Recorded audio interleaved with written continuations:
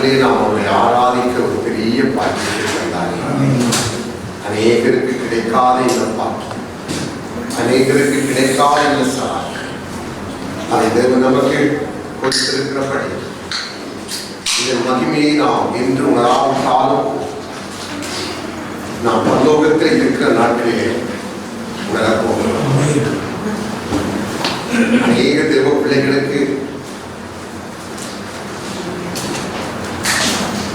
பரலோகத்திற்கு அவர்கள் ஆண்டவருக்கு முன்பதாக அவர்கள் நிற்கும் பொழுது அநேகருக்கு அநேக ஆண்டவரிடத்தில் சொல்ல போகிற ஒரு காரியம்,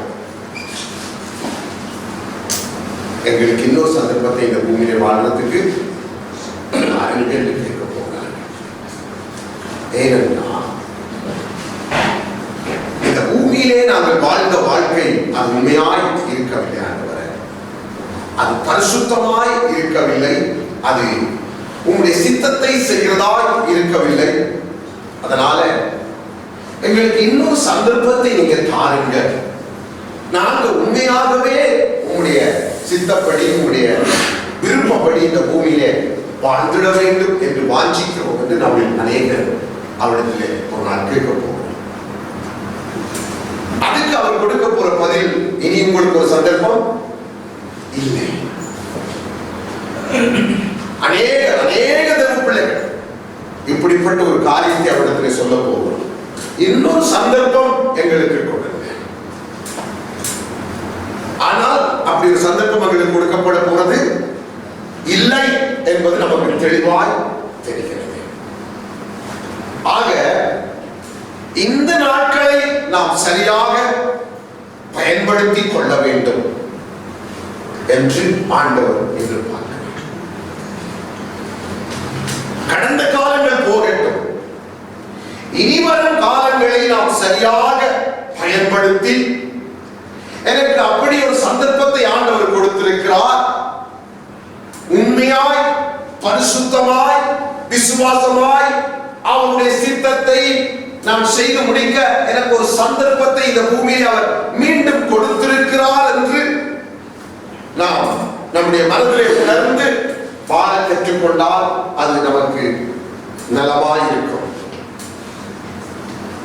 கடந்த ஞாயிற்றுக்கிழமை நான் பார்த்த ஒரு சாட்சி யூடியூப்ல, சிலருக்கு அதை சொல்லி இருக்கிறேன். பரலோகத்துக்கு எடுத்துக் கொள்ளப்பட்ட ஒரு தேவனுடைய மனுஷன் தான் கண்டவைகளை சாட்சி கொடுக்கிறார். முக்கியமான ஒரு சம்பவம், காலையில் அதை சொன்னேன். தேவ தூதர்கள், நமக்காக கொடுக்கப்பட்ட தூதர்கள் அங்கே கொடுக்கிற அறிக்கை, நம்மை குறித்து சொல்லுகிற அறிக்கை, அந்த பரலோகம் அவர்கள் கண்ட காட்சி முழுவதும் ஃபைல்களால் அடங்கி இருக்கிறதா. ஒவ்வொருத்தருக்கும் ஒவ்வொரு ஃபைல். ஏற்கனவே இந்த சாட்சிப்பட்ட சாட்சிகளை நாம் கேட்டுப்பட்டிருக்கிறோம். அப்போ ஒவ்வொரு ஃபைல்களாய் எடுத்து ஆண்டவரும் ஆவியானவர் தேவதூதர்களும் விரித்து படிக்கிறார்கள். அந்த நேரத்திலே இந்த பூமியிலே இருந்து போன தூதர்கள், குறிப்பிட்ட நபருடைய தூதர்கள் அங்கே போய் ஆவியானவருக்கு ஆண்டவருக்கு மற்ற தூதர்களுக்கு முன்பதாக அந்த குறிப்பிட்ட நபருடைய ஃபைலை எடுத்து விரித்து அதை பார்த்து, இவன் பிறக்க முதலே நீங்க இவனுக்கு எழுதி வைத்த சித்தம் ஒன்று, ஆனால் இவன் செய்து கொண்டிருக்கிற காரியம் இன்னொன்று. எல்லாம் புரிந்து கொள்ளுங்க. பிறக்கு முதலே இவனுக்கு நீ எழுதி வைத்த சித்தம் ஒன்று உண்டு, ஆனால் இவன் இன்று செய்து கொண்டிருக்கிற காரியம் இன்னொன்று. இவனை உங்களுடைய சித்தத்துக்கு நேராக திருப்ப நாங்கள் பிரயாசப்பட்டோம், எங்களால் முடியவில்லை. தூதர்கள் அறிக்கை கொடுக்கிறார்கள், எங்களால் முடியவில்லை. ஆண்டவரை பார்த்து ஆவியானவரை பார்த்து நீங்க தான் ஏதாவது செய்யணும் என்று அவர்கள் அங்கே அறிக்கை கொடுக்கிறார்கள். நமக்கு தெரியும், நம்மை குறித்து ஒவ்வொரு நாளும் பிதாவின் சமூகத்தை தேவதூதர்கள் தரிசிக்கிறார்கள் என்று வேதத்திலே எழுதப்பட்டிருக்கிறது.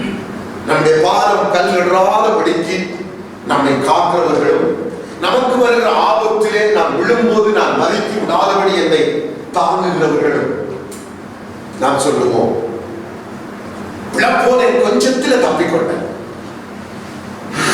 அதெல்லாம் தேவதூதர்களுடைய கிரியைகள். அந்த தேவதூதர்கள் அந்த அறிக்கையை சொல்லும் பொழுது ஆவியானவரும் ஆண்டவரும் எதிர்பார்க்கிற ஒரு காரியம், இந்த குறிப்பிட்ட நபருக்காக ஜெபிக்கிறவர்கள் உண்டா? அப்படி ஜெபிக்கிறவர்கள் இருந்து ஜெபம் இந்த நபருக்காக ஏறெடுக்கப்பட்டிருந்தால் ஆவியானவரும் ஆண்டவரும் ஒருவர் பார்த்து சொல்லுகிறார்கள், நாங்கள் இதை செய்யத்தான் வேண்டும். காரணம், வேத சட்டம் சொல்லுகிறது, கேளுங்கள் தரப்படும், தட்டுங்கள் திறக்கப்படும், தேடுங்கள் கண்டடைவீர்கள். வேதத்தில் அவரே சொல்லிவிட்டார், பொல்லாதவர்கள் தங்கள் பிள்ளைகளுக்கு நல்லவர்களை கொடுக்க அறிந்திருக்கும் போது பரமபிதா தமிழத்தில் வேண்டிக் கொள்ளுகிறவர்களுக்கு நன்மையான ஈவுகளை கொடுப்பது அதிக நிச்சயம் அல்லவா?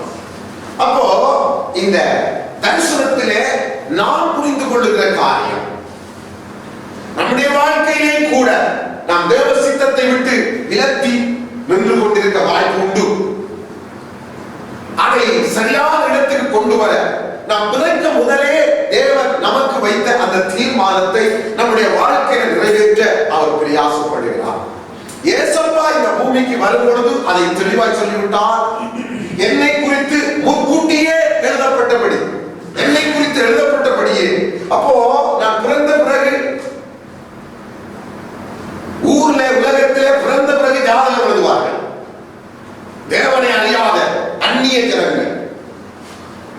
தேவன் நான் பிறக்க முதலே நான் என்ன செய்யணும், எனக்கு இந்த பூமியில உள்ள பணிகள் என்ன. அப்போ இந்த உலகத்தில் ஒவ்வொரு மனிதனுக்கும் தேவன் ஒரு காரியத்தை எழுதுகிறார். என்ன? முதலாவது இவர் கெட்டு அழிந்து போகாமல் ரட்சிக்கப்படணும். இது முதலாவது தேவனுடைய விருப்பம். இதைத்தான் வேதம் சொல்றது, ஒருவரும் கெட்டு அழிந்து போவது அவருக்கு பிரியமில்லை, அவருக்கு சித்தமில்லை, எல்லாரும் மனம் திரும்பி ரட்சிக்கப்படணும். அப்படி என்றால் தேவன் ஒவ்வொரு மனுஷனும் பிறகு முதலே அவன் மேல ஒரு திட்டம் வைக்கிறார். இவன் மனம் திரும்பி ரட்சிக்கப்பட்டு என்னுடைய சமூகத்தை வந்து சேரணும்.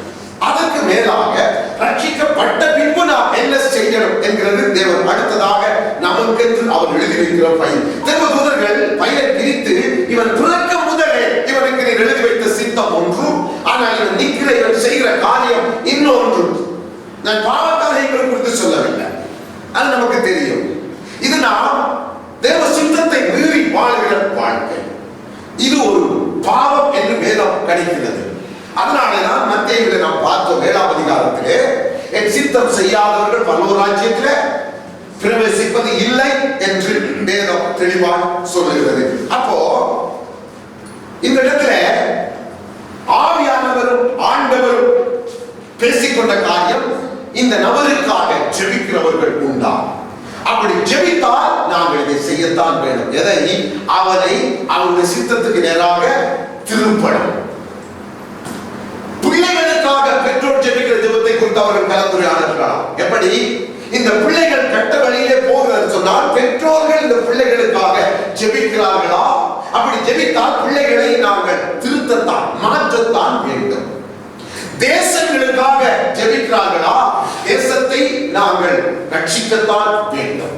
அப்போ நம்முடைய ஜெபத்துக்கு உரிய மகிமை,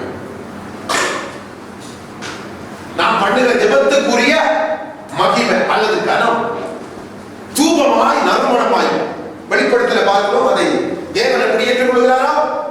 பரிசுத்தவானுடைய ஜெபம் தூப கலசம்.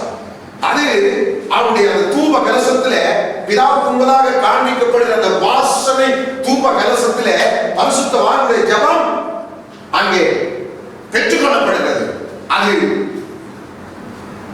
எடுத்துக்கொள்ளப்படுகிறது. எடுத்து அந்த ஜெபத்தை கொண்டு போய் தேவனுக்கு முன்பதாக நிறுத்துகிறார்கள்.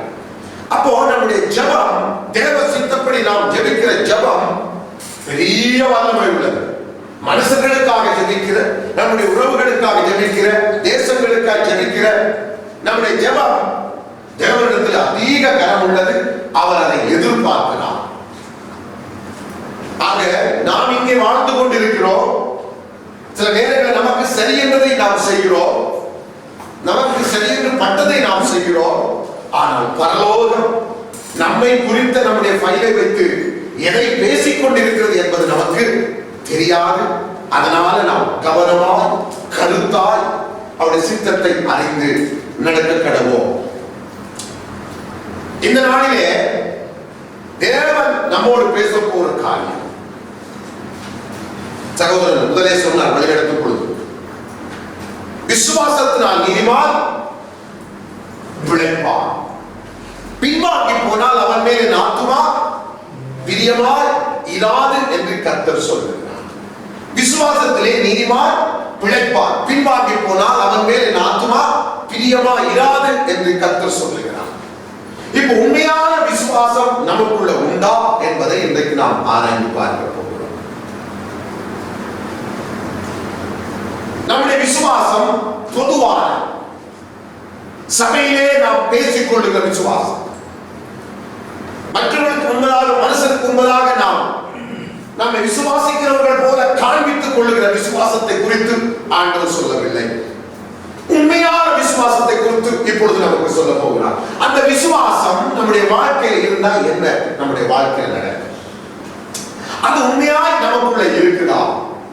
ஆகவேதான் நாம் பொது ஜபத்தை விட, குடும்ப ஜபத்தை விட தனிப்பட ஜபிக்கிற ஜபத்தை ஆண்டவர் நமக்கு சொல்லிக் கொடுத்திருக்கிறார். உன் அறை கதவை பூட்டிக் கொண்டு நீ ஜபிக்கணும். ஏன்? அங்கதான் நம்முடைய உண்மையான விசுவாசம் வெளியில வரும். நாம் சபையில நம்மை விசுவாசிகள் போல நாம் காண்பித்து நடந்து விடுவோம். குடும்பத்தில் கூட நம்ம விசுவாசிகளை போல காண்பித்து விடுவோம். நம்முடைய தனி ஜபத்துல தான் நம்முடைய உண்மை, நாம் எப்படி நம்முடைய விசுவாசம் இருக்கிறது என்பது காணப்படும். அதனாலதான் தேவன் நம்மை தனி ஜபத்துக்கு அழைத்திருக்கிறார். இப்ப இந்த நாளில நமக்குள்ள விசுவாசம் உண்டா இல்லையா என்பதை நாம் ஆராய்ந்து பார்க்க முதலாவது ஆண்டவர் சொன்ன அளவுகோலாகிய யோவான் 7வது அதிகாரம் 37, 38 வாசிக்க கேட்போம். யோவான் 7, 37, 38 வாசிக்க கேட்போம்.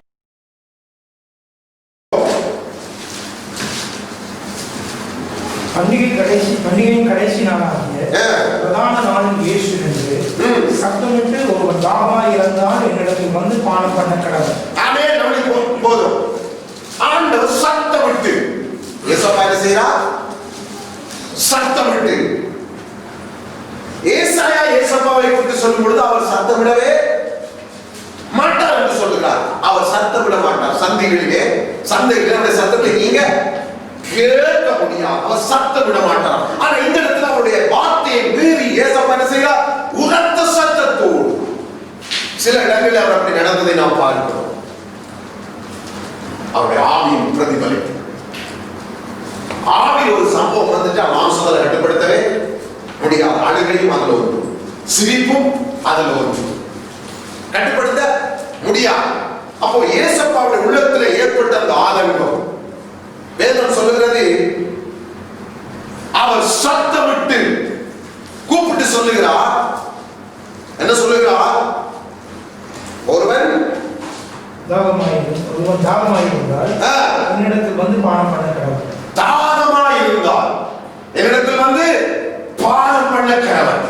பாருங்க, சும்மா வந்து பானம் பண்ண கடவுள் சொல்ல. எவனுக்கெல்லாம் தாகம் இருக்கிறதோ, எவனுக்கெல்லாம் வாஞ்சை இருக்கிறதோ, எவனுக்கெல்லாம் பசி இருக்கிறதோ, எவனுக்கெல்லாம் என்னுடைய ஜீவ தண்ணீர்ல ஆசை இருக்கிறதோ, அவன் என்னிடத்தில் வந்து பானம் பண்ண கடவுள். அடுத்தது வேத வாக்கியம் சொல்லுகிறபடி என்னிடத்தில் விசுவாசமாய் இருக்கிறவன் அவன் உள்ளத்தில் இருந்து ஜீவ தண்ணீருள்ள நதிகள் ஓடும் என்றார். ஆமென். வேத வாக்கியம் சொல்லுகிறபடி, வேத சட்டத்தின்படி, வேத அளவுகோலின்படி என்னிடத்தில் எவனெல்லாம் விசுவாசமாய் இருக்கிறானோ அவனுடைய உள்ளத்தில் இருந்து ஜீவ தண்ணீர் உள்ள நதி அல்ல, என்னவா?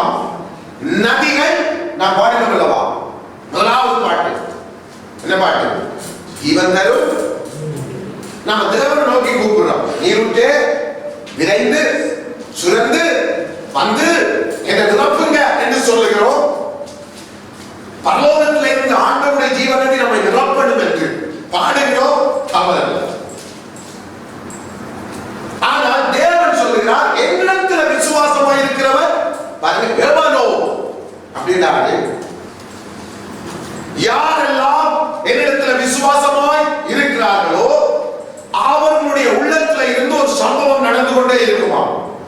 என்னது? ஜீவ தண்ணீர் உள்ள நதிகள் ஒன்று அல்ல பல என்ன செய்வான்?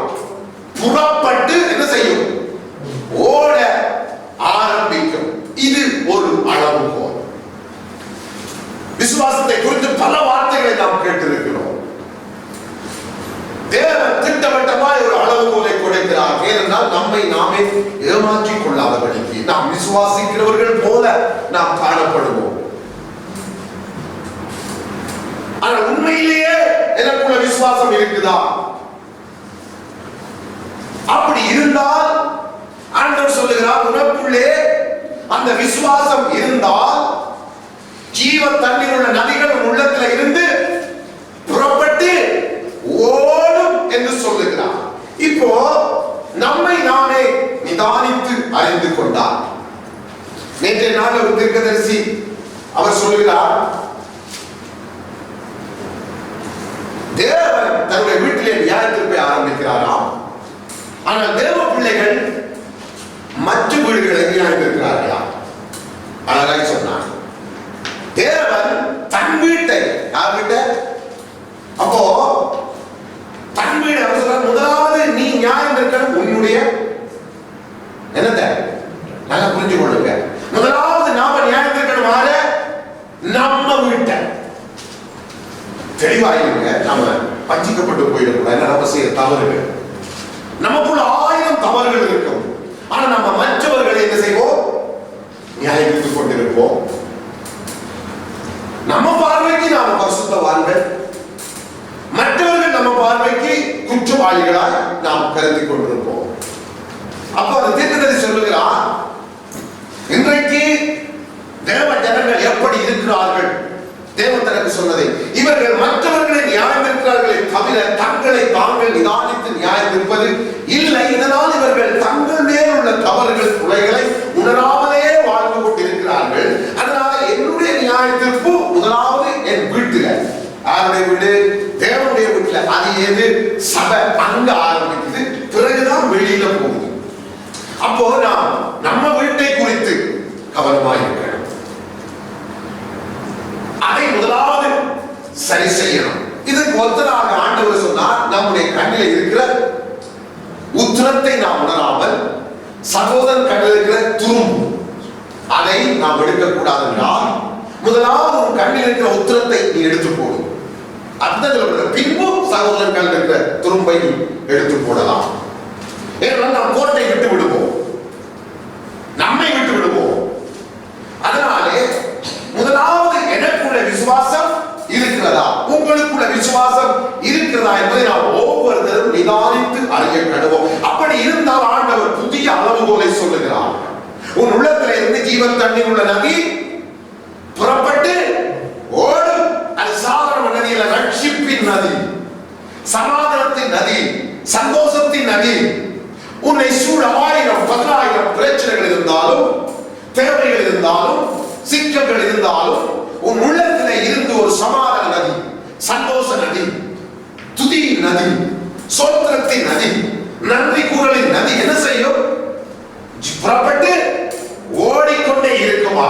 இந்த நதியை தடை செய்ய முடியாது. ஏனென்றால் உங்களுக்குள்ளே அந்த விசுவாசம், தேவன் சொல்லுகிற விசுவாசம், நம்ம நினைக்கிற விசுவாசம் அல்ல, தேவன் சொல்லுகிற விசுவாசம் நமக்குள்ளே இருந்தால் அப்ப நம்மை நாமே ஆராய்ந்து பார்க்க கிடைக்கும். இந்த நதி எனக்குள்ள இருக்குதா? அப்படி இல்லை என்றால் நான் உண்மையான விசுவாசத்துக்குள்ள இன்னும் வராமல் விசுவாசிக்கிறது போல நான் என் வாழ்க்கையை வைத்துக் கொண்டிருக்கிறேன். ஆனால் உண்மையான விசுவாசம் எனக்குள்ளே இல்லை. அதனாலதான் நாம் கர்த்தருக்குள் எப்பொழுதும் சந்தோஷமாய் இருக்க முடிவதே இல்லை. நம்முடைய உள்ளம் எப்பொழுதும் ஏதோ ஒரு குறைவில, ஏதோ ஒரு முறுமுறுப்பில, ஏதோ ஒரு காரியத்தில் நம்முடைய இதயம் தாங்கள் அடைந்து நாம் கோபித்துக் கொண்டு கர்த்தரையும் அவருடைய காரியங்களையும் விருப்பமற்றவர்களாக யோசிச்சு பாருங்க. கிறிஸ்தவ வாழ்க்கையில் அடிப்படை அஸ்திவாரம் விசுவாசம். அதுக்கு அடுத்ததாக வருகிறது கீழ்ப்படிவோம். ஒரு விசுவாசத்தால் கீழ்ப்படிவான். அதே போல விசுவாசித்தால் ஆண்டவரை நேசிப்பான். விசுவாசி அவரை நேசிக்க மாட்டார், அவருக்கு கீழ்ப்படிய மாட்டார். ஆனால் விசுவாசம் வராமல் நாம் அவரை நேசிப்பது, அவருக்கு கீழ்ப்படிவது கூடாத காரியம். பாருங்க, எந்த மனிதன் தேவனை உண்மையாக விசுவாசிக்கிறானோ அவன் மேல படிப்பான். அவனுக்கு நேரம் கிடைக்கும் போதெல்லாம் வேதத்தை படிப்பான். ஜெபிக்கிறதும் அப்படித்தான். தேவனை விசுவாசிக்கிறவனுக்கு ஜெபத்துக்கு அவன் காலையில மாலையில என்று ஒதுக்குறதை விட எப்பெல்லாம் நேரம் கிடைக்கும் அப்ப அவன் யோசிப்பான், ஜெபம் பண்ணுவான். காரணம் அவர் மேல இருக்கிற அந்த விசுவாசம். தியானிப்போம், காரணம் அவர் மேல இருக்கிற அந்த விசுவாசம்.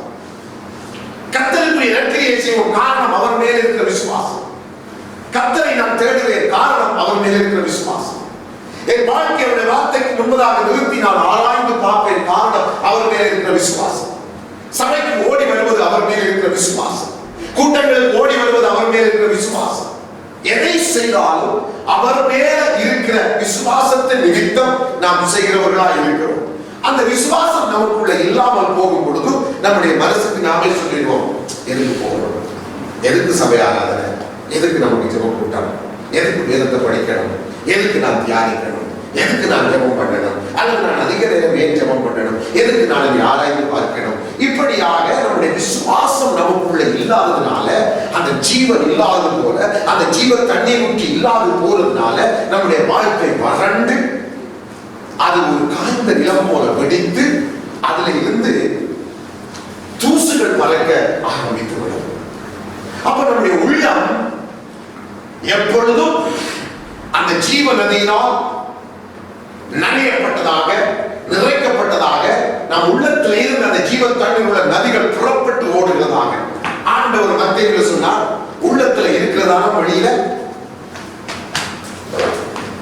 நல்ல மனுஷன் தன்னுடைய நல்ல பொக்கிஷமாகிய நல்ல இருதயத்தில் இருந்து நல்லவைகளை எடுத்து காட்டுகிறார். அவருடைய பொக்கிஷத்துல அது இருக்கு. பொல்லாத மனுஷன் தன் பொல்லாத பொக்கிஷமாகிய பொல்லாத இருதயத்தில் இருந்து பொல்லாதவைகளை எடுத்து காட்டுகிறார்.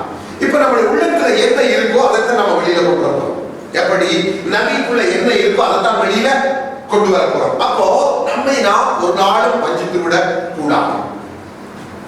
நம்மை நாம் ஒரு நாளும் வஞ்சித்து விடக் கூடாது என்ற வஞ்சனையிலே மிக மோசமான வஞ்சனை அதுதான், நம்மை நாம் வஞ்சித்துக் கொள்ளுங்கள். அப்போ ஆண்டவர் சொல்லுகிறார், என்னிடத்தில் விசுவாசமாய் இருக்கிறவர் எவரோ அவருடைய உள்ளத்திலிருந்து ஜீவ தண்ணீர் உள்ள நதிகள் புறப்பட்டு ஓடும். அந்த நதி நமக்குள்ள புறப்பட்டு ஓடுதான். ஆண்டவர் உரத்த சத்தமிட்டு கூப்பிட்டு சொன்ன வார்த்தை, உரத்த சத்தமிட்டு கூப்பிட்டு சொன்ன வார்த்தை, சத்தமிடாத ஒரு சத்தமிட்டு கூப்பிட்டு சொன்ன வார்த்தை, மிக முக்கியமான ஒரு வார்த்தை. இதைத்தான் பவுல் சொல்லுகிறார், விசுவாசத்தினால் நீதிமான் பிழைப்பான். எபிரேயர்ல அவன் பின்வாங்கி போனால் அவன் மேல ஆத்துமா பிரியமா இராது என்றால் விசுவாசத்தை விட்டு நாம் ஒரு நாளும் விலகக் கூடாது என்பதை பவுல் எழுதுகிறார். எத்தனை தடைகள், எத்தனை தடவை விழுந்தாலும், எத்தனை தடவை நான் பின்வாங்கி போனாலும், எத்தனை தடவை நான் அனமுடைந்து போனாலும், சோர்ந்து போனாலும், ஆண்டவர் நம்மிடத்தில் எதிர்பார்க்கிறது மீண்டும் நாம் எழுந்திருக்கணும், மீண்டும் நாம் எழுந்திருக்கணும், மீண்டும் நாம் எழுந்திருக்கணும். இதுக்கு ஆண்டவர் சொல்றார், விசுவாசம்.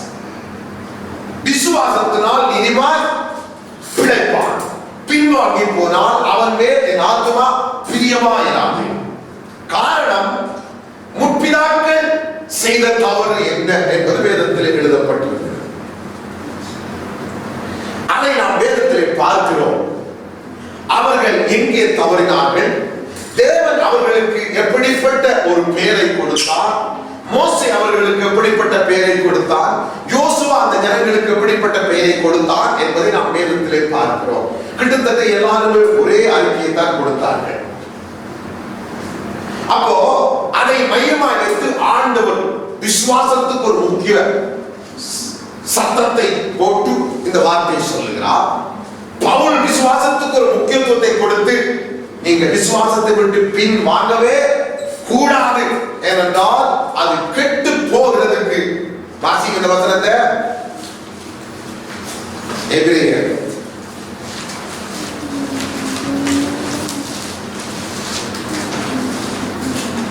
10வது அதிகாரம்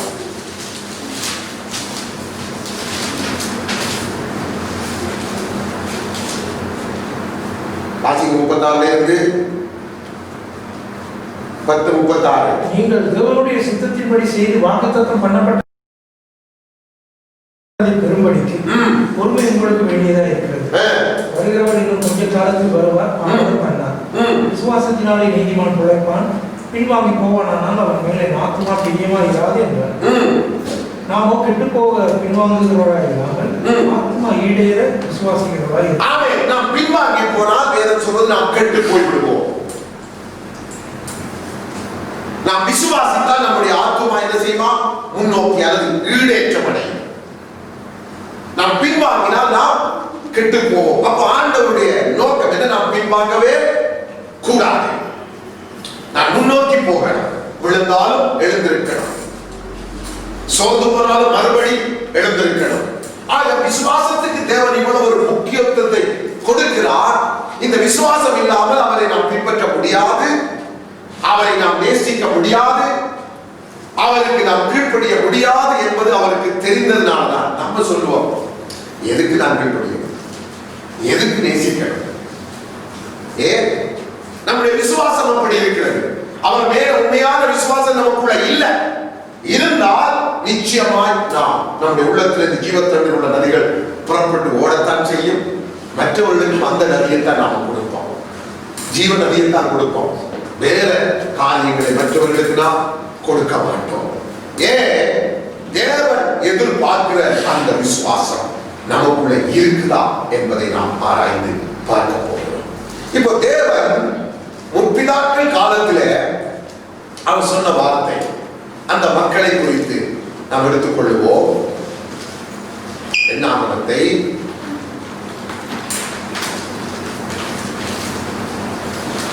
14ஆம் அதிகாரம்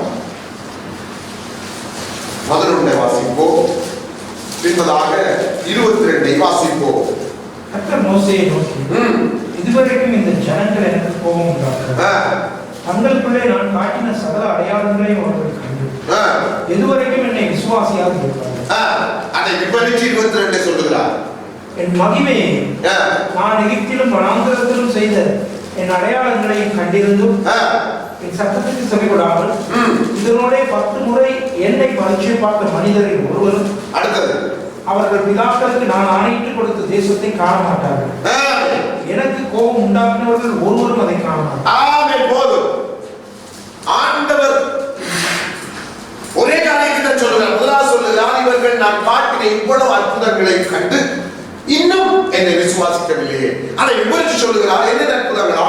எகிப்திலே நான் செய்த அற்புதங்களையும் பின்பதாக இவர்களை வனாந்திரத்தில் அதைத்தான் விவரிக்கிறார். வனாந்திரத்தில் இவர்களை கொண்டு வரும் பொழுது நான் செய்த இத்தனை அற்புதங்களையும் இவர்கள் கண்டு பார்த்து அனுபவித்து, அதாவது ருசித்து, இன்னும் என்னை இவர்களால் நம்ப முடியவில்லையே. ஆச்சரியப்பட்டார்.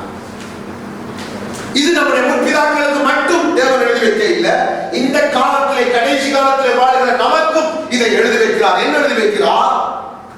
நாம் தியானிக்கணுமா? எகிப்திலே ஆண்டவர் செய்த அற்புதங்கள், கானானுக்குள் அவர்களை கொண்டு வந்து சேர்க்கும் வரைக்கும் அவர் செய்த அற்புதங்கள், பின்பதாக 2000 வருஷத்துக்கு முதல் அவர் இந்த பூமியிலே மனு உருவெடுத்து வந்து நமக்காக தன் ஜீவனை கொடுத்து இத்தனை பாடுகள் பட்டு நமக்காக அவர் மரித்து நம்மை மீட்டுக் கொண்டு தன்னுடைய ஆவியை நமக்கு தந்து அவரை அப்பா பிதாவை என்று அழைக்கிற அந்த உரிமையை நமக்கு தந்து பவுல் ஒரே வார்த்தையில் அதை முடிக்கிறார். ரோமர்ல என்ன சொல்லுகிறார்?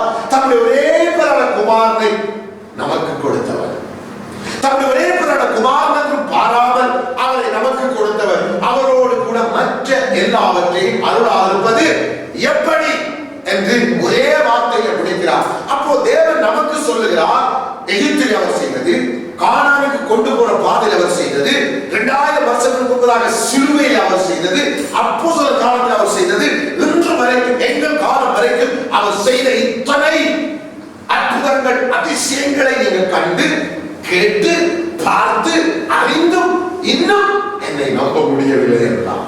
நல்லா புரிஞ்சுக்கணும். இன்னும் என்னை உங்களால் நம்ப முடியவில்லை என்றார். எனது விசுவாசம் ஒரு பெரிய அஸ்திவாரம். இது உங்களுக்குள்ள நுழைஞ்சிடும்.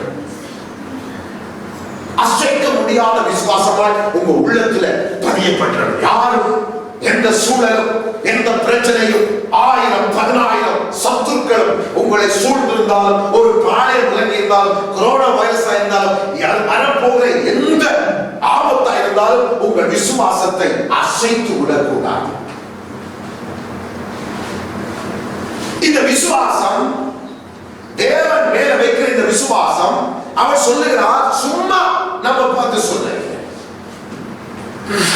சும்மா நம்ம பார்த்து சொல்ல. அப்படியே வாங்க உபாகமத்துக்கு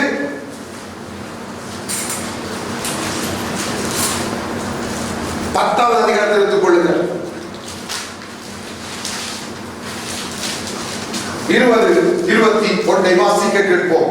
தேவனாகிய கர்த்தருக்கு பயந்து அவரை சேவித்து அவரை பற்றிக் கொண்டிருந்து அவருடைய நாமத்தை கொண்டு ஆணையிடுவார். அல்லேலூயா. ஆண்டவர் தெளிவா சொல்லுகிறார், உன் தேவனாகிய கர்த்தரை சேவித்து அவருக்கு பயந்து என்ன செய்யலாம்? அவருடைய நாமத்துல என்ன செய்ய? ஆணையிடு. அவருடைய நாமத்துல சொல்லு. என்ன சொல்லு? தேவனால் எல்லாம் கூடும் என்று சொல்லு.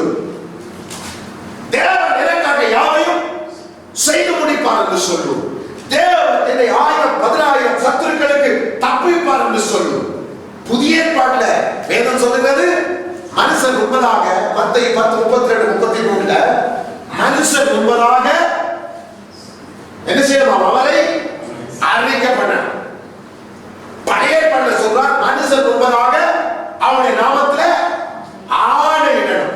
ரோமர் 10:9-10 சொல்லுது. 10ஆம் அதிகாரத்துல 9:10 சொல்லுது, நீ இதயத்திலே நம்புகிறதை வாயிலே மற்றவர்கள் உண்பதாக என்ன செய்யணுமா?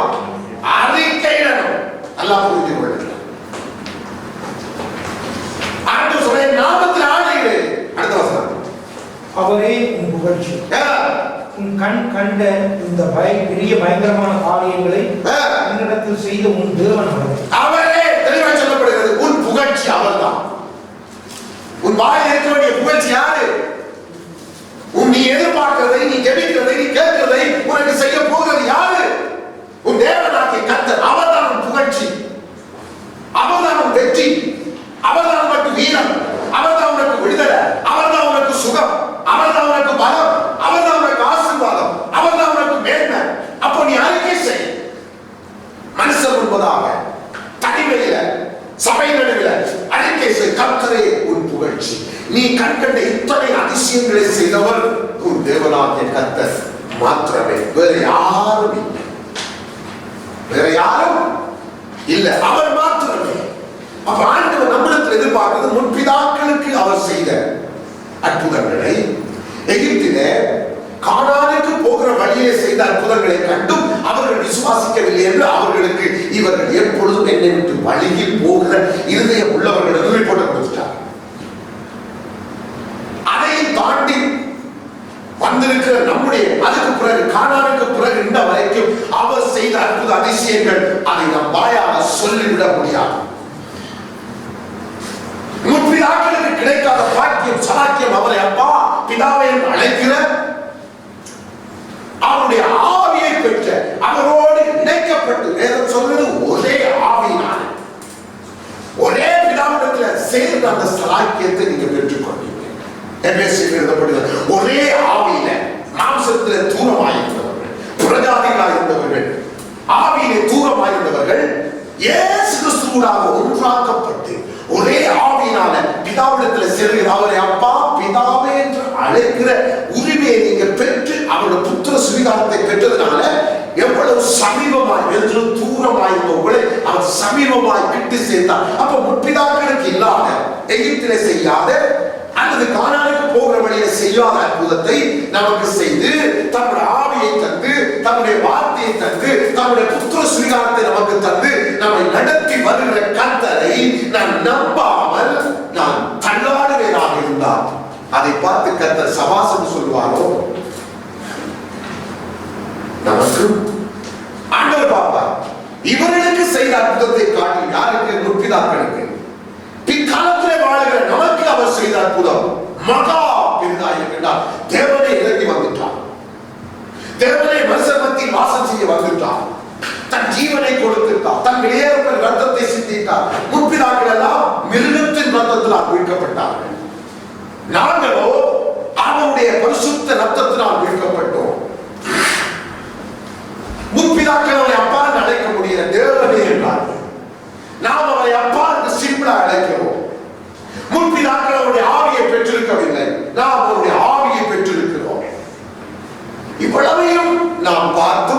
விசுவாசிக்கவில்லை என்றால் நமக்கு அவர் என்ன முத்திரை கொடுப்பார், நமக்கு அவர் என்ன அறிக்கை கொடுப்பார்? ஏன் விசுவாச துரோகம் நேரிட போடுகிறது?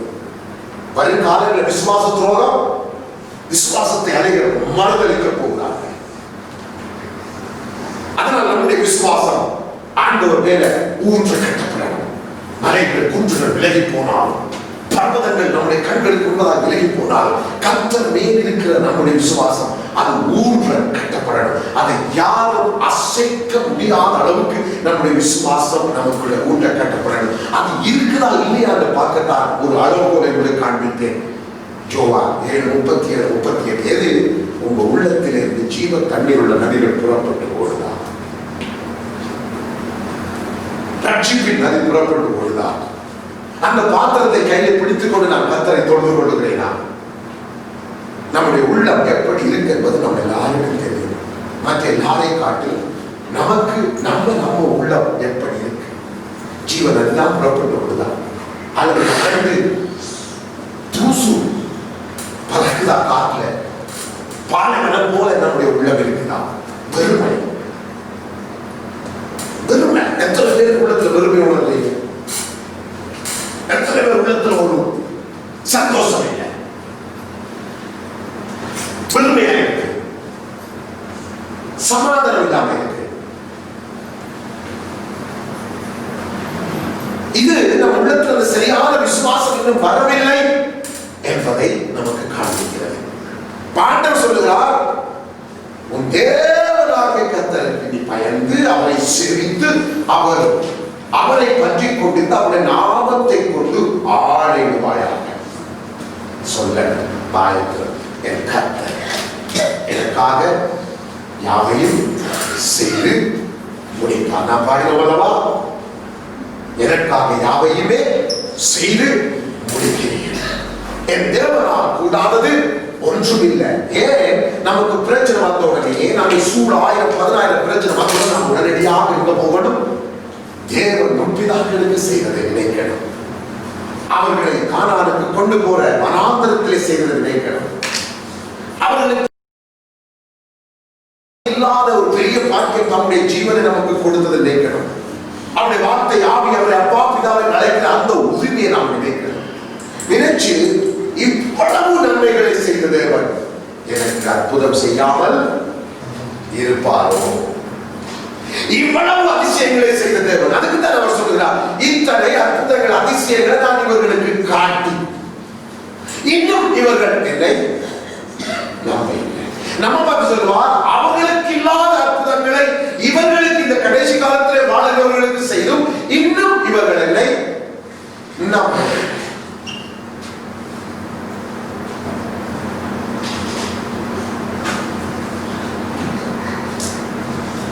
அவரே உன்னுடைய புகழ்ச்சியா? நம்முடைய வாய் அவரே புகழ்.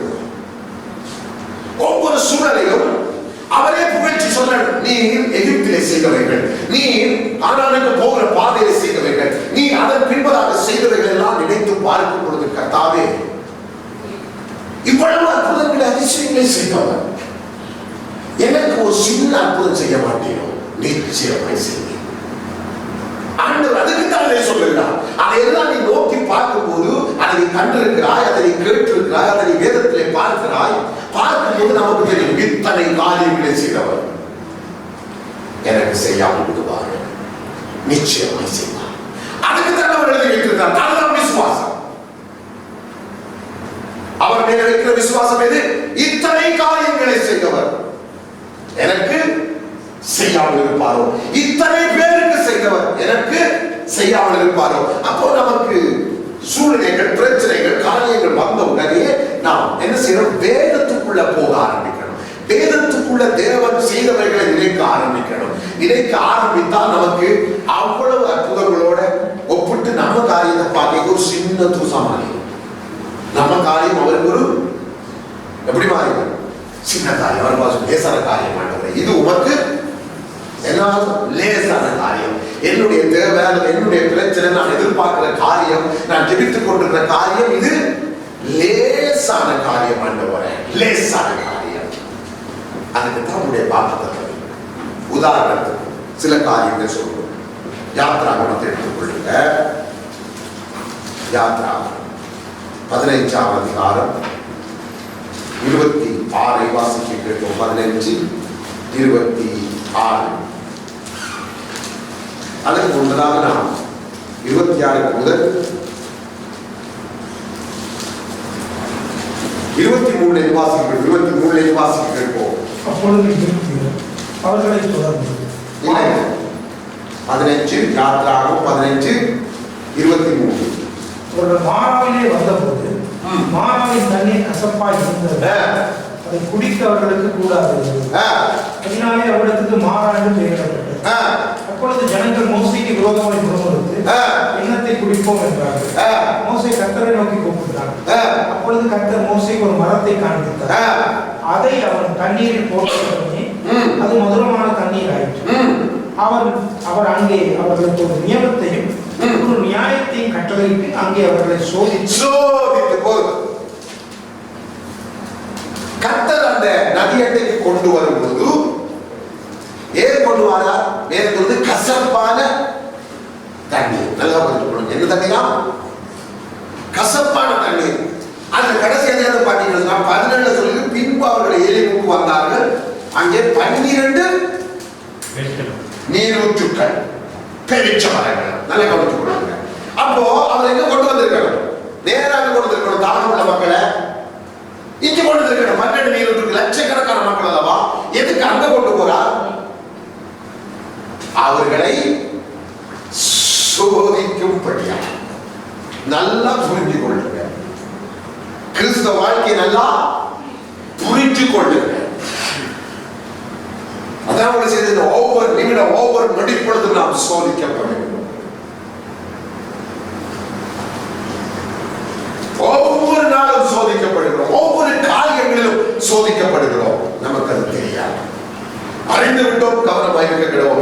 இப்ப ஆண்டவர் அவர்களுக்கு ஒரு வாக்குத்தத்தத்தை கொடுக்க முதல் அவர் என்ன தெரிய விரும்பினார்? இப்ப இவங்க என்ன செய்ய போறாங்க அல்லது என்ன சொல்ல போறாங்க? எங்க கொண்டு போறாங்க? கசப்பான தண்ணீர் கொண்டு போனார். அவருக்கு ஒன்று தெரியும். என்ன தெரியும்? இப்ப இந்த ஜனங்கள் செய்ய போறார்கள் தண்ணீருக்காக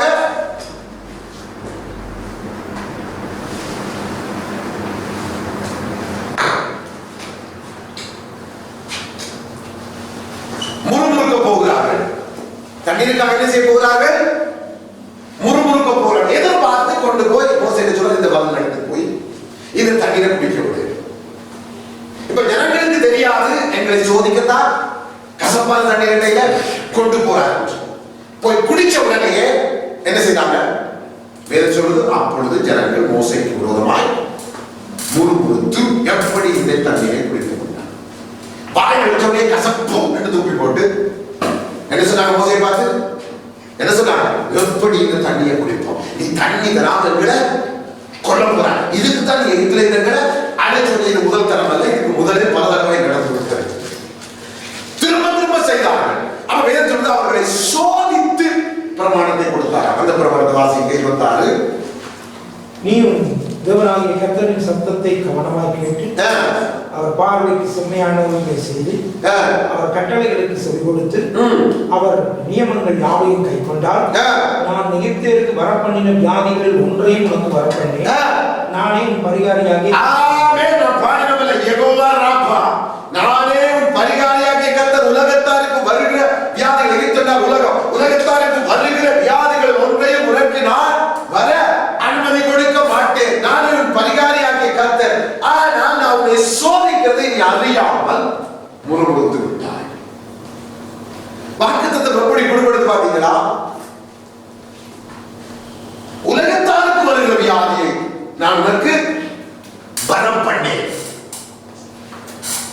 இதே வார்த்தையை அவர் அதே 23 யாத்ராகம் 23:25 வாசிக்க கேட்போம். 23:25 99ஆம் பக்கம். உங்களுக்குள் 23:25 உங்கள் தேவனாகிய கர்த்தரை சேவிக்க கடவீர்கள். அவர் உன் அப்பத்தையும் உன் தண்ணீரையும் ஆசீர்வதிப்பார், வியாதியை உன்னிலிருந்து விலக்கும். ஆமென். வியாதியை உன்னிலிருந்து, சாதாரணமான வசனம் இல்லை. ஆசீர்வதிக்கிறது அப்பத்தையும் தண்ணீர் பின்னால் பார்த்தா உங்களுக்கு ஆசீர்வாதம். இதுல இன்றைக்கு தேவன் நமக்கு சொல்றது வியாதியை உன்னிலிருந்து விலக்குவேன். அங்க சொல்லுகிறார், நான் உன் பரிகாரியாகிய கர்த்தர் இந்த உலகத்தாருக்கு மற்றவர்களுக்கு எய்த்திற்கு வர வியாதிகள் ஒன்றை உனக்கு வரம் பண்ணேன்.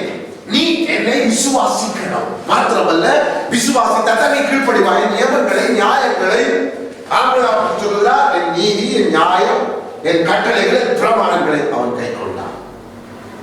சொல்லிப்பாருங்க, என் நியமனங்கள் என் கட்டளைகள் என் பிரமாணங்கள் என் நியாயங்கள். ஒரே வார்த்தையில வார்த்தைகளை அவன் கை கொண்டான் என்று சொல்லாம இத்தனையையும் அவன் கை கொண்டான். ஒன்றையும் அவன் தவறவிடவில்லை.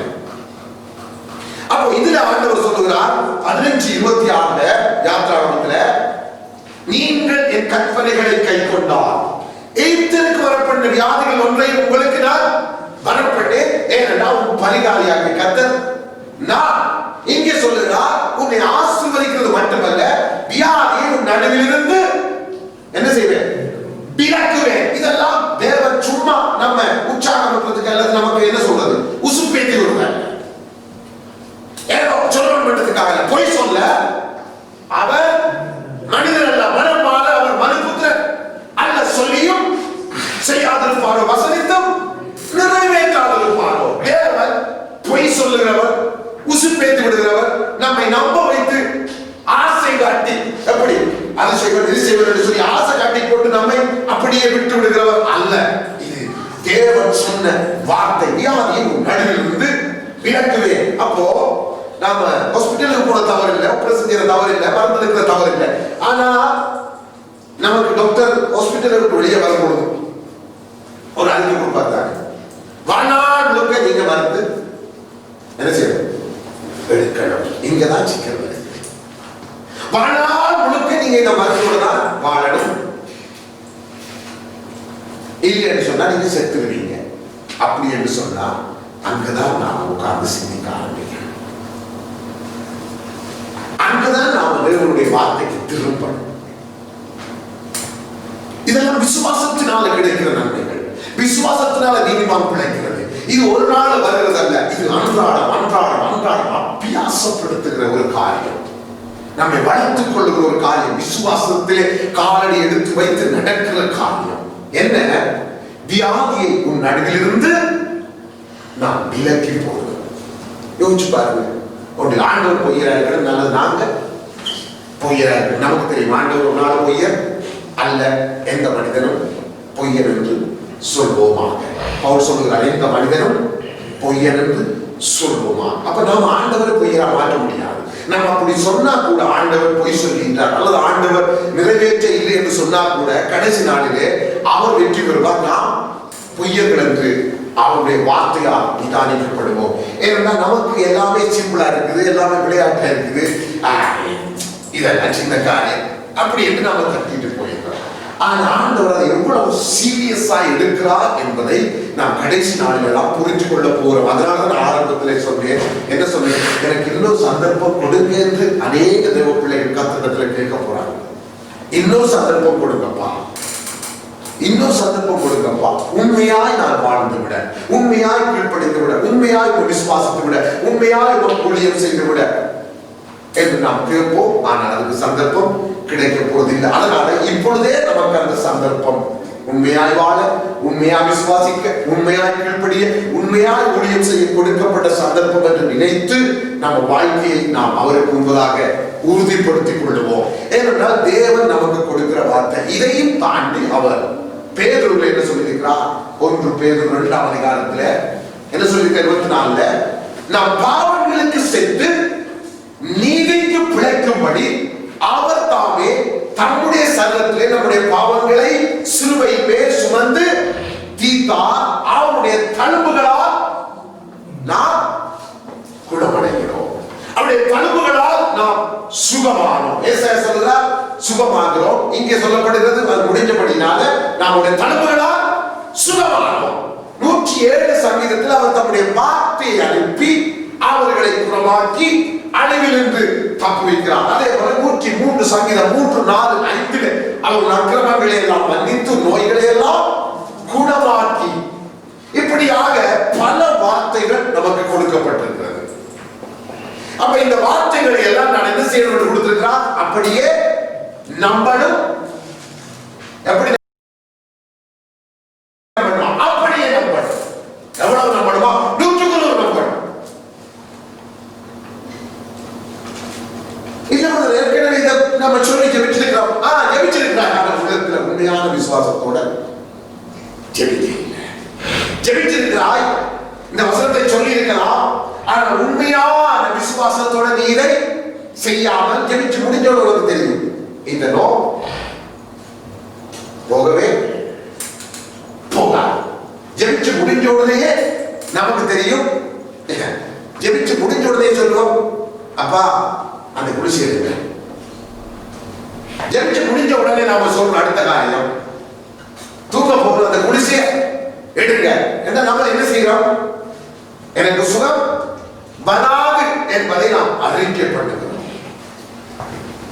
அப்படி என்றால் நாம் தேவனுடைய வார்த்தையை நம்பணும். அதை நம்முடைய வாழ்க்கையில அது என்ன சொல்றது, கிரியையில நாம் நடப்பிக்க ஆரம்பிக்கிறோம்.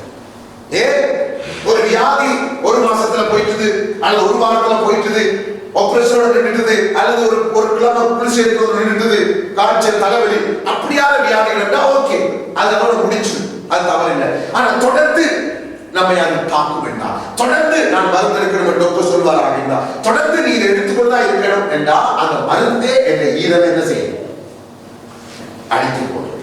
அதனால நல்லா 10-15 வருஷம் கூட வாழ வேண்டிய மனிதர்கள் முன்பதாகவே போய்விடுகிறார்கள். காரணம் அவருடைய ஈரல் சரியாக வேலை செய்வது இல்லை.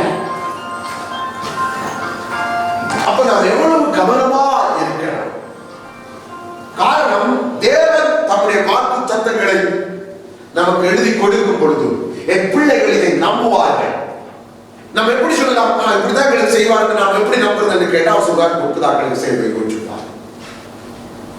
இந்த வார்த்தைப்படி எனக்கு நடக்கும் என்பதை நான் எப்படி விசுவாசிக்கிறது என்றால் அவர் சொல்றார், முற்பிதாக்களுக்கு நான் செய்ததை, உன்னாட்களிலே நான் செய்ததை, என் குமாரனை அனுப்பி நான் செய்ததை நீ யோசித்துவார். அப்பொழுது உனக்கு புரியும் நான் செய்ய வல்லவரா இல்லையா. அப்போ நான் ஏன் அதை பெற்றுக் கொள்ளவில்லைன்னா கடைசி நாளில் தெரியும் என்னுடைய விசுவாசம் சரியாக இருக்க இல்லை. அப்போ விசுவாசத்தை நாம் கர்த்தருக்குள்ளே உறுதிப்படுத்திக் கொள்ளணும். இப்படியாக சுகபலத்துக்கு ஆண்டவர் கொடுத்திருக்கிற வாக்குத்தத்தங்கள் இத்தனையா இருக்கிறது. நம்முடைய தேவைகளுக்கு, நம்முடைய பிரச்சனைகளுக்கு, நாம் எதிர்பார்க்கிற காரியங்களுக்கு அவர் பழைய ஏற்பாடுல புதிய ஏற்பாடுல பல வசனங்களை கொடுத்திருக்கிறார். எப்படி? 55 சங்கீதம் 55:22 என்ன சொல்லுகிறார்? கர்த்தர் மேல், அதை வாசிப்போம், எடுத்துக்கொள்ளுங்க.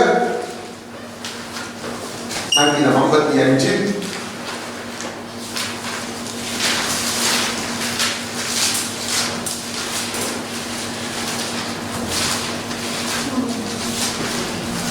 வாசிங்க.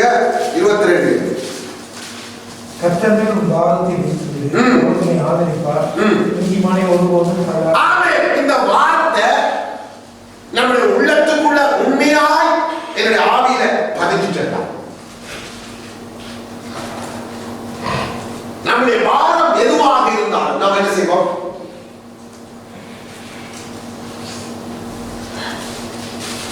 நாம் என்ன செய்வோம்? கர்த்தர் மேலும் பாரத்தை வச்சு, அப்படிதான் நீங்க அதை சுமக்க. உண்மையான விசுவாசம் நமக்குள்ள இருந்தா நம்ம அவருடைய பாரத்தில் ஒப்பு கொடுத்துட்டு எப்ப பார்த்தாலும் சொல்லுவோம், என்ன சொல்லுவோம்? நான் கர்த்தரிடத்தில் ஒப்பு கொடுத்துட்டு அவர் பார்த்துக் கொள்வார். நான் பாடினோம் அல்லவா, அவர் பார்த்துக் கொள்வார். அதனால எனக்கு கவலை இல்லையே. அதனால நான் அவரை புகழ்வேன், நான் அவரை பாடுவேன், நான் அவரை துதிப்பேன், நான் அவரை மகிமைப்படுத்துவேன். ஏனென்றால் அவரிடத்துல நான் கொடுத்துட்டேன். அவர்தான் எனக்கு நான் கண்கண்ட இத்தனை அதிசயங்களை, காது கேட்ட நான் வாசித்த இத்தனை அதிசயங்களை, முற்பிதாக்கள் காலம் தொடக்கம் இன்று வரைக்கும் செய்த அவரை நான் பூர்ணமாய் நம்பலாம். நம்பி என் பாரத்தை அவரிடத்தில் ஒப்புக் கொடுக்கலாம். அவர் சொல்லியிருக்கிறார், கர்த்தர் மேல் பாரத்தை வைத்து விடு, அவருடைய ஆதரிப்பான், நீதிமான் ஒருபோதும் தள்ளாட மாட்டான். இதே காரியத்தை இன்னொரு விதமாக பேதுரு சொல்லுகிறார். என்ன சொல்லுகிறார் பேதுரு? அவர் உங்களை விசாரிக்கிறவராகபடியினால் உங்கள் கவலைகளை எல்லாம், எல்லா கவலைகளையும் என்ன செய்து அவர் மேல வச்சிரு. நீ ஒரு கவலையை மேல வச்சிருக்காத, தேவனுடைய விருப்பத்தை பாருங்க. அப்ப நீ எப்பொழுது எனக்குள்ள மகிழ்ச்சியாக, எப்பொழுது உள்ளத்திலிருந்து ஜீவத்தோட நதிகள் புறப்பட்டு ஒரு நம்முடைய உள்ளத்தை எத்தனை பாரங்கள், கவலைகள், சுமைகள் இன்னைக்கு நிறைச்சி அழுத்தி வச்சிருக்க சொல்லுங்க, கட்டி வைத்திருக்க சொல்லுங்க. அவருடைய வார்த்தை எது சொல்லுது? சத்தியத்தை அறிவீர்கள். யோவான் 8:36 சத்தியம் உங்களை, 8:32 விடுதலை ஆக்கும். அதை இன்னொரு விதத்தில் சொல்ற 36 குமாரன் உங்களை விடுதலை ஆக்குவாராம். இந்த வார்த்தையாகிய குமாரன் அவர் தம்முடைய வார்த்தை ஊடாக நம்மை விடுதலை ஆக்குகிறார். அப்போ நம்ம கவலைகளை எல்லாம் அவர் மேல் வைத்து விடுங்கள். அது மாத்திரமல்ல, சங்கீதம் 37:4 என்ன சொல்கிறார்? கர்த்தரிடத்திலே மன மகிழ்ச்சியாய் இரு, அவர் இதயத்தின் வேண்டுதலை உனக்கு அருள செய்வார். இந்த வார்த்தையெல்லாம் அப்படியே நம்பணும். எரேமியாவை போல வார்த்தை கிடைச்ச உடனே நான் என்ன செய்தேன்? உட்கொண்டேன். அது எங்க போயிட்டு? நான் சாப்பிட்ட உடனே நாடி நாளம் ஊர்கள் உருக்கெல்லாம் தாண்டி எங்க போயிட்டு? எங்க போயிட்டு? எலும்புக்குள்ள போயிட்டு. இப்ப இந்த வார்த்தையை இனி எடுக்கவே முடியாதே. அது என் நினைவில இருந்து, வாயில இருந்து, என் உள்ளத்துல போய், சதைகளுக்கு போய், நாடி நாளம் ஊர் உருக்களுக்காக எங்க போயிட்டு? எலும்புக்குள்ள போயிட்டு. இப்ப எலும்புதான் கடைசி. நாம நித்து நடக்க போறது, நமக்கு நீங்க இருக்க போறது இது எலும்பு. முற்பிதாக்கள் எலும்பத்தான் கொண்டு வந்து என்ன செய்றாங்க? அடக்கப்படினாங்க. எசேக்கியேல் பள்ளத்தாக்கில் தேவன் எதை காட்டினார்? எலும்புகளை காட்டினார். அதுதான் நமக்கு அடையாளம். நாம் உயிரோடு எழுப்பும் பொழுது நமக்கு அடையாளமாக இருக்கும் போது நம்முடைய எலும்பு. நல்லா புரிஞ்சு கொள்ளுங்க. அப்ப என்ன சொல்ற? இந்த வார்த்தையின் எலும்புகளுக்குள்ள போய் புகுந்துட்டு. அப்ப இந்த வார்த்தையை என்னை விட்டு பிரிக்கவே முடியாது. இந்த வார்த்தைகள் நம்முடைய ஆவியில, நம்முடைய எலும்புல போய் பதிஞ்சிட்டு சொன்னான். அதுக்கு பிறகு எந்த புயலும் நம்மை அசைக்க முடியாது. எந்த வியாதி வந்தால் நம்மை அசைக்க முடியாது. எந்த கொரோனா வைரஸ் வந்தால் நம்மை அசைக்க முடியாது. என்ன ஆபத்து வந்தாலும் அசைக்க முடியாது. ஏனென்றால் நம்முடைய தேவனுடைய வார்த்தை நம் உள்ளத்தில் இருக்கிறது. கர்த்தர் மேல் பாரத்தை வைத்து அவருடைய ஆதரிப்பார், நீதிமான் ஒருபோதும் தள்ளாடுவார். அவர் உங்களை விசாரிக்கிற ஒரு ஆரம்படிதான். உங்கள் கவலைகளை எல்லாம் அவர் மேல் வைத்து விடுங்கள். கர்த்தரிடத்திலே மனமகிழ்ச்சியா இரு, அப்பொழுது அவர் உன் இருதயத்தின் வேண்டுதல்களை உனக்கு அருள செய்வார். மாத்திரமல்ல, அடுத்த வசனம் சொல்லுது, உன் வழியை கர்த்தருக்கு ஒப்புவித்து அவர் மேல் நம்பிக்கையாயிரு, அவரே காரியத்தை வாய்க்கப்படுவார். தாவீது சொல்லுகிறார், எனக்காக யாவையும் செய்து முடிக்க போகிற உன்னதமான தேவனாகிய கர்த்தரை நோக்கினார் கூப்பிடுவேன். அடுத்த சொல்லுகிறார், கர்த்தர் எனக்காக யாவையும் செய்து முடிப்பார். இவைகள் தேவனுடைய வாக்குத்தத்தங்கள். இதை நாம் நம்பணும் என்று அவர் எதிர்பார்க்கிறார். எப்படி நம்பணுமா? முற்பிதாக்களுக்கு அவர் செய்ததை பார்த்து நான் நம்பணும். நம்புறதுக்கு ஏது மூல காரணம் ஏது என்றால், முற்பிதாக்களுக்கு நான் செய்தது நான் இத்தனை காரியங்களை செய்தும் இவர்கள் என்னை நம்பவில்லையே. எகிப்தில் செய்தது, வனாந்தரத்தில் செய்தது, இதையெல்லாம் பார்த்தும் இவர்கள் என்னை நம்பவில்லையே. நான் என்ன செய்கிறேன்? இப்ப நமக்கு சொல்லுவார், அதுக்கு புற செய்த அற்புதங்கள் எல்லாம் வருஷப்படுத்தி சொல்லுவார், இத்தனை காரியங்களை செய்து இவர்களின் வார்த்தையை நம்பவில்லையே, நான் என்ன செய்வேன்?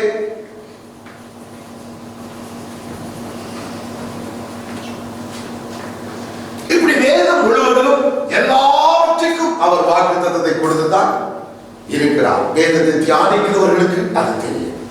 அதனாலதான் வார்த்தையை கண்ட உடனே அப்படியே நான் உட்கொண்டேன்.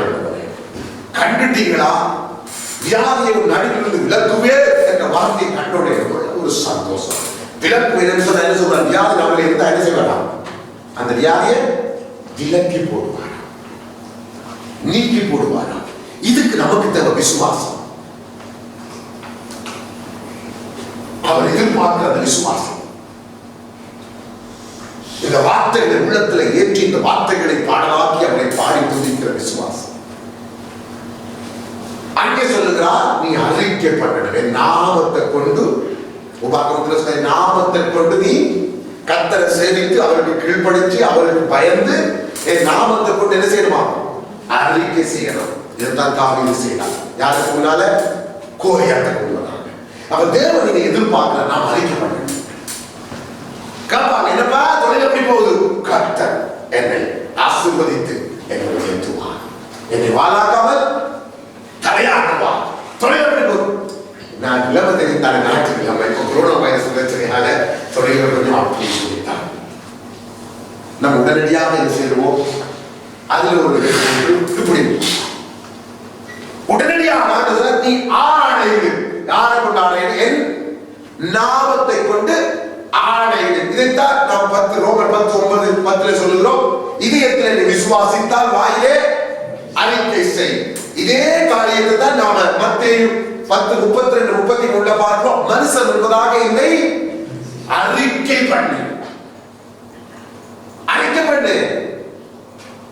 ஏனென்றால் என் வார்த்தைகள் நிச்சயமா உனக்கு கிரியை செய்யும். இவ்வளவு நாள் ஜெபிக்காத வார்த்தைகளா, ஜெபிக்காத ஜெபமா, இவ்வளவு நாள் நடக்காத ஒரு அற்புதம் நடக்க போகுது. அப்ப நமக்கு நம்ம உள்ளத்துல அவிசுவாசம் எவ்வளவு நிறைந்திருக்கிறது. தேவன் திரும்ப திரும்ப பேச காரணம் என்னை சரிப்படுத்த, உங்களை சரிப்படுத்த. அப்போ நாம என்ன நினைக்கணும்? ஓ, அப்ப ஆண்டவர் என்னோட மீண்டும் பேசுகிறார் என்றால் மீண்டும் என்னை தன்னட்டே அவர் கிட்டி சேர்க்கிறார், கூவி அழைக்கிறார், அவருடைய வார்த்தைக்கு செவி கொடுத்து நாம எரேமியா அவர்களுடைய வார்த்தை கிடைத்த உடனே நான் உட்கொண்டேன். நம்ம ஒரு காதலை கேட்டு மறு காதலை விடுவது அல்ல. அதனால நமக்கு ஒரு பிரயோஜனம் இல்லை. அதனால அடுத்த வாரம் நமக்கு என்ன செய்தியை தான் மறந்து போயிடும். வேதத்துல குரூப் இருக்குது, பேரியாளின் பிள்ளைகள். நல்லா யோசிச்சு பாருங்க. ஆசாரியருடைய பிள்ளைகளுக்கு அந்த பேரை கொடுத்தார் ஆண்டவர்.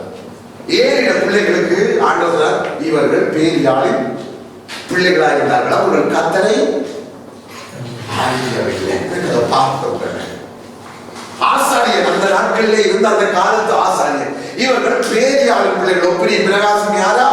பேரியாளின் பிள்ளைகளாக, அவர்களோ கர்த்தரை அறியவில்லை. ஆனால் சாமுவேலின் பிள்ளையாண்டார் கர்த்தருக்கு பணிவிடை செய்து கொண்டிருந்தார். கர்த்தருடைய கண்கள் அவன் மேலே போச்சு. நாம் கர்த்தரை அறியாதவர்களாக, பேரியாளின் பிள்ளைகளாக, பேரியாளின் பிள்ளைகள் அவருடைய உண்மையான அர்த்தம் கர்த்தரை அறியாதவர்கள். யாரா இருந்தால் ஆசாரியனுடைய பிள்ளைகள், சாதாரணமான ஒரு பிள்ளைகள் அல்ல, ஆசாரியனுடைய பிள்ளைகள். அண்ணா சொல்றான், அண்ணா ஜெபிச்சு கொண்டு இருந்தா வாய் மட்டும் அடிச்சு சத்தம். ஏலி சொன்னான், உன்னுடைய குடியை உன்னை விட்டு விலக்கு, எத்தனை நாளைக்கு நீ குடித்திருப்பான். அப்ப அவன் நீ பார்த்து சொன்னான், நான் என்னை பேரியாள பிள்ளையாக கேட்க வேண்டாம் ஆண்டவரே, மனக்கிலேசம் உள்ள ஸ்திரிப்பான். என்ன பேரியாள பிள்ளை, நான் பேரியாள பிள்ளைகள் என்ன? கர்த்தரை அறியாதவர்கள். அவர்கள் குடித்து விட்டு வந்து கர்த்தருடைய சமூகத்திலே விண்ணப்பம் செய்கிறவர்கள். சொல்லி என்ன பேரியாள பிள்ளைகளை நான் குடிச்சு கொண்டு வந்து விண்ணப்பம் பண்றதுக்கு அப்படின்னா பாவத்தோடு கர்த்தரிடத்தில் விண்ணப்பம் பண்ணுகிறவர்கள் என்று நினைச்சியா? நான் குடிச்சு கொண்டு வந்து விண்ணப்பம் பண்ற நினைச்சியா? இல்ல, என்ன பேரியாள பிள்ளை அண்ணா அதை மாட்டேன் ஆண்டவரே என்று சொன்னார். எலியை பார்த்து, ஆண்டவரே என்னை பேரியாள பிள்ளையாக என்னாலே நம்மள கிளேசம் உள்ள ஸ்திரீ, நாம் பேரியாள பிள்ளைகளாக இருக்க கூட. பேரியாள பிள்ளைகள் பேர் சொல்றது அவர்கள் கர்த்தரை அறியவில்லை. ஆனால் கர்த்தருடைய சமூகத்திலே ஆசாரிய பட்டத்திலே இருந்தார்கள், ஆசாரிய குடும்பத்திலே இருந்தார்கள் நம்மை போல. ஆனால் கர்த்தரை அறியவில்லை. நான் நீ கர்த்தரை அறிந்திருக்கிறோம், அவருடைய செயல்களை அறிந்திருக்கிறோம், அவருடைய தீர தீர செயல்களை, பூமி அவரை மகிமைப்படுத்தும்படியா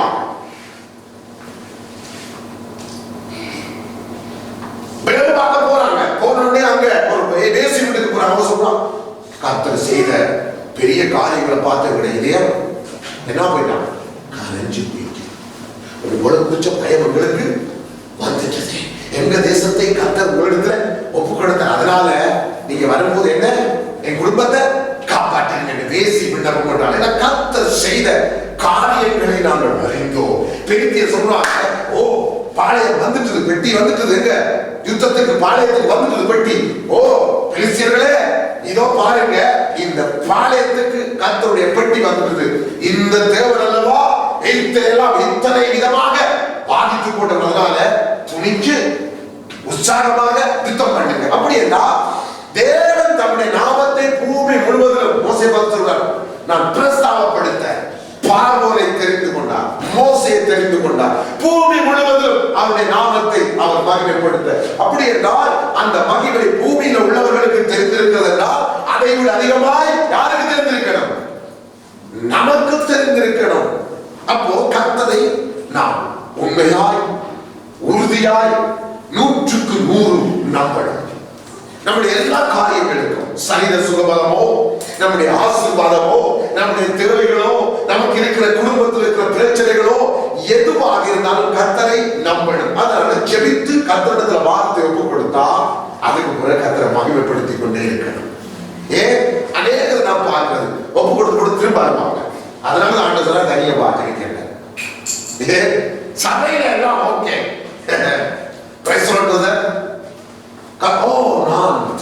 நல்லா ஜெபிக்கிறது கர்த்தர் செய்வார்.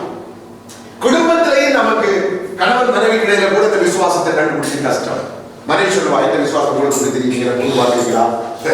கணவன் சொல்லுவா, என்ன விசுவாசம் உங்களுக்கு எப்படி தெரியும், நீங்க புது பாக்குறீங்களா? ஆண்டு சொன்னார், உன் அலைக்கதவை அங்கே நீ என்ன பண்ண அலைக்குள்ள ஒருவரும் பார்க்காத இடத்துல கதவை பூட்டி இருந்து நீ என்ன செய்கிறாய்?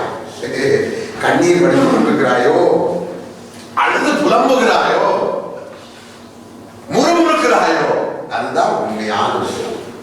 அங்கதான் நான் உண்மையை பார்க்கிறேன். மனுஷன் என்பதாக நாம் எப்படி நம்மை காட்டிக் கொள்ளலாம். ஆனால் நம்முடைய தனி ஜெப அறைக்கு போன உடனே நாம் என்ன செய்கிறோமோ அதை அவர் கூர்ந்து கவனித்து கேட்கிறார். ஏன் இவன் எப்படி ஜெபிக்கிறான், இவன் வாயிலிருந்து புறப்படுகிற வார்த்தை என்ன, இவன் எப்படி என்னை துதிக்கிறான், இவனை பார்த்து சொன்னேனே, நானே உன் புகழ்ச்சி, நானே உன் வெற்றி, என் நாமத்தை கொண்டு ஆணையில் என்று சொன்னேனே, இவன் அதற்கு ஏற்றாற்போல் ஜெபம் பண்ணுகிறானா, பாடுகிறானா, துதிக்கிறானா என்று தேவன் பார்ப்பார். ஆனா நீதிமானுடைய கூடாரத்திலே என்ன கேட்குமா? கம்பீர சத்தம், வெற்றி தொகை. அது என்ன? தேவனால் கூடாதது ஒன்றுமில்லை, எங்கள் தேவனால் எல்லாம் கூடும். கர்த்தர் பட்சத்தில் இருக்கிறார், நான் பயப்படேன். மனிதன் எனக்கு என்ன செய்வான்? தேவன் எனக்கு சகாயம். மனிதன் எனக்கு என்ன செய்வான்? இது வெற்றி தொகை. அப்போ ஆண்டவர் இதைத்தான் நம்முடைய வீடுகளில் எதிர்பார்க்கிறார். தவிர நம்ம உட்கார்ந்து அழுது கொண்டு முறுமுறுத்துக் கொண்டு அவரை கூட சொல்லி இவரை கூட சொல்லி அவங்களால இவங்களால எங்களுக்கு இந்த நிலைமை, இவங்களால என்ன நிலைமை, இவங்களால நாங்க இப்படி போயிட்டோம், இது எல்லாம் கர்த்தருக்கு பிரியமில்லாத ஒரு காரியம். ஏன்? கர்த்தர் என்னிடத்தில் எதிர்பார்க்கிறது ஏதோ, ஆனால் நாம் பண்ணுகிற ஜெபம் ஏதோ.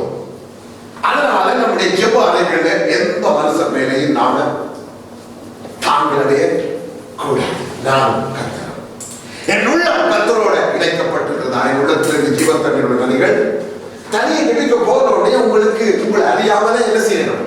பாட்டு என்ன சொல்லணும்? பொங்கி ஜீவத்தோட நதிகள் என்ன செய்யணும்? புறப்பட்டு ஓடும். அதை கட்டுப்படுத்த முடியாது, புறப்பட்டு ஓடுமா. அதை நீங்க வாயை மூடினால் என்ன செய்யும்? என்ன செய்யும்? அப்படியே பொங்கி வழி. பாருங்க, அந்நிய பாசை பேசும்போது சில பேருக்கு அந்த அந்நிய பாசை அடக்க முடியறதில்லை. வாயை மூடிக்கொண்டிருப்பீங்க, அதை தங்களை அறியாமலே வெளியே வந்துடும். நல்லா புரிஞ்சு கொள்ளுங்க. அந்நிய பாசை, தேவ ஆவியானவர் தருகிற அந்நிய பாசை சாத்தான் தருவாங்க. அதுவும் அப்படித்தான். உங்க ஆவியில சாத்தானுடைய ஆவி வந்துட்டா அந்த அந்நிய பாசம் வரும். ரெண்டும் வரும். அந்நிய பாசை சாத்தான் பேசுவான், ஆவியானவர் பேசுவான். நம்ம எதுக்கு ஒப்பு கொடுக்கிறோமோ அதுக்கேற்ற நம்ம கிரியை செய்யணும். நம்மை கட்டுப்படுத்த முடிகிறது இல்லை. அப்போ தேவன் எதிர்பார்க்கிற அந்த ஜெபம், தேவன் எதிர்பார்க்கிற அந்த துதி, தேவன் எதிர்பார்க்கிற அந்த விசுவாசம், தேவன் எதிர்பார்க்கிற அந்த அறிக்கை. பாருங்க, எப்பவுமே விசுவாசத்தின் சந்ததி வாயில அறிக்கை வரும், உற்சாகம் வரும். அவங்களோட பேசுனீங்கன்னா உங்களுக்கு உற்சாகம் வரும். பேசி பாருங்க, அவங்களோட உற்சாகம் வரும். எப்ப பார்த்தாலும் சொல்லிக் கொண்டே இருப்பாங்க, கர்த்தர் கர்த்தர் செய்வார். நாம சொல்லிப்போம், கர்த்தர் பெரியவர், கர்த்தரால செய்யக்கூடாத அதிசயம் ஒன்றும் இல்லை. அதனால கர்த்தருக்கு ஒப்பு கொடுப்போம். கர்த்தர் கர்த்தர் எல்லாம் பார்த்துக்கணும். இத்தனை மகத்துவமான காரியங்களை செய்த மகத்துவத்தின் தேவன் அல்லவா அவர். அவரை நம்பாம யாரை நம்புவோம்? நமக்கு செய்யாம யாருக்கு செய்வார்? நம்முடைய வழிகளை ஆராய்ந்து அவர் ஒப்புக் கொடுப்போம். அவருடைய நியமங்களின் கட்டளையின்படி, நீதியின்படி, நியாயத்தின்படி நாம் செய்ய நம்மை அர்ப்பணிப்போம். அவரை பற்றி பயத்தோடு இருப்போம், பக்தியோடு இருப்போம். அவரே நான் கண்கண்ட அதிசயங்களை நாம் செய்தவராக இருக்கிறார். அவரே என் புகழ்ச்சி என்று வேதம் சொல்கிறவர்களா, அவர் நான் புகழ்கிறேன். என் நாவு அவரை புகழும், என் உதடு அவரை பாடும், என் உள்ளம் அவரை மகிமைப்படுத்தும். என் வாயில முறுமுறுப்பு இல்ல, என் வாயில புறம்புறுதல் இல்ல. இத கிரியெல்லாம் அவிசுவாசத்தினால் வர கிரியைகள். ஏனென்றால் யாரோ ஒரு நபரை நாம் சார்ந்திருக்கிறோம் என்பதை நாம் காட்டுகிறோம்.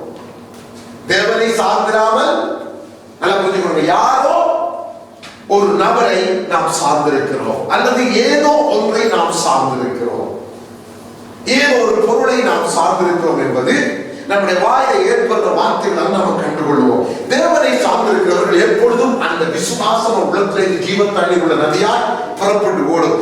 அவருடைய ஜெப கூட்டங்கள், அவருடைய வீட்டு கூட்டங்களை பார்த்தீங்கன்னா கர்த்தர் பெரியவராகவே இருப்பார். எப்படி இருப்பார்? பெரியவராகவே இருப்பார். ஜீவ தண்ணீர் நதிகள் யாருடைய உள்ளத்திலிருந்து புறப்பட்டு ஓடுதோ அவருடைய குடும்ப ஜெபத்தில், அவருடைய ஜெபங்கள்ல, அவருடைய வீட்டில் பார்த்தீங்கன்னா எப்பவும் கர்த்தர் பெரியவர், சர்வ வல்லவர், அவரால் கூடாதது ஒன்றும் இல்லை. மற்ற வீடுகள் எல்லாம் பார்த்தீங்கன்னு சொன்னா ஏசாயாவில் சொல்லப்பட்டிருக்கு, அவங்க குத்தி கொண்டு வந்து என்ன செய்யலாம்? சன்னதம் போடுறாங்க. என்ன செய்யறாங்களா? சன்னதம். மந்திரத்துக்கு தெரியுமா? அப்படியே குத்தி கொண்டு வந்து தலையை மூடிக்கொண்டு சன்னதம் சொல்றது, முணுமுணுக்கிற, உட்கார்ந்து முணுமுணுக்கிற ஜெபங்கள். நல்லா புரிஞ்சு கொள்ளுங்க. விசுவாசம் உங்களை கைகளை விரித்து உயரம் பண்ணும். விசுவாசம் உங்களை மேலே நோக்க பண்ணும். அவிசுவாசம் இப்படியே இருந்து முழங்கால இருந்து பிறகு கையை குத்தி பிறகு தலையில போயிடும். தலையில குத்திடும், நிலத்துல குத்திடும். படுக்காத குறை ஒன்றுதான். நம்ம சுத்தி இருக்கிறவங்க பார்ப்பாங்க, ஒரு நித்திர நித்திரை எழுந்திருக்கு. காரணம் ஆவியில ஏற்பட்ட முறிவு. அப்ப ஜீவத்தன்னுடைய நதி புறப்பட்டு ஓடினா ஜபம் பண்ண உடனே, குடும்ப ஜபம் அல்லது சபையில ஜபம் கூட்டம் பண்ண உடனே நம்முடைய உள்ளம் என்ன செய்யும்? உற்சாகம் அடைந்து நாம் துதிக்க ஆரம்பிச்சிருவோம். கர்த்தர் பெரியவர், கர்த்தர் நல்லவர், கர்த்தர் வல்லவர். அப்ப கர்த்தருடைய நாமத்தை அறிக்கை பண்ணுவோம். அப்ப நம்முடைய உரையாடல்ல நல்லா யோசிச்சு பாருங்க, காலையிலிருந்து மாலை வரைக்கும் கூட குடும்ப உரையாடல்ல கர்த்தரை எவ்வளவு தூரம் நாம் நடுவில் வைத்திருக்கிறோம், கர்த்தரை எவ்வளவு தூரம் மகிமைப்படுத்தி இருக்கிறோம் என்பதை நம்முடைய உரையாடலை நாம் என்ன செய்யலாம்? கண்டு கொள்ளலாம். நம்முடைய உரையாடல் அதை காட்டி கொடுக்கிறோம். யோசிச்சு பாருங்க, நம்முடைய உள்ளத்துல இந்த ஜீவ தண்ணீர் உள்ள நதிகள் புறப்பட்டு ஓடினால் நாம் உண்மையான விசுவாசத்தில் இருக்கிறோம் என்பதை ஆண்டவர் இந்த நாளிலே நமக்கு சொல்லுகிறார். விசுவாசத்தை குறித்து பல வார்த்தைகளை இதுவரைக்கும் நீங்க கேட்டிருக்கீங்க. இன்றைக்கு ஒரு புதிய அளவுகளை கொடுக்கிறார். என்னிடத்தில் விசுவாசமாய் இருக்கிறவனோ அவனுடைய உள்ளத்திலிருந்து ஜீவ தண்ணீர் உள்ள நதிகள் புறப்பட்டு ஓடும் என்று கர்த்தர் நம்மோடு பேசுகிறபடினால் அவருடைய சமூகத்தை நாம் எழுந்து நின்று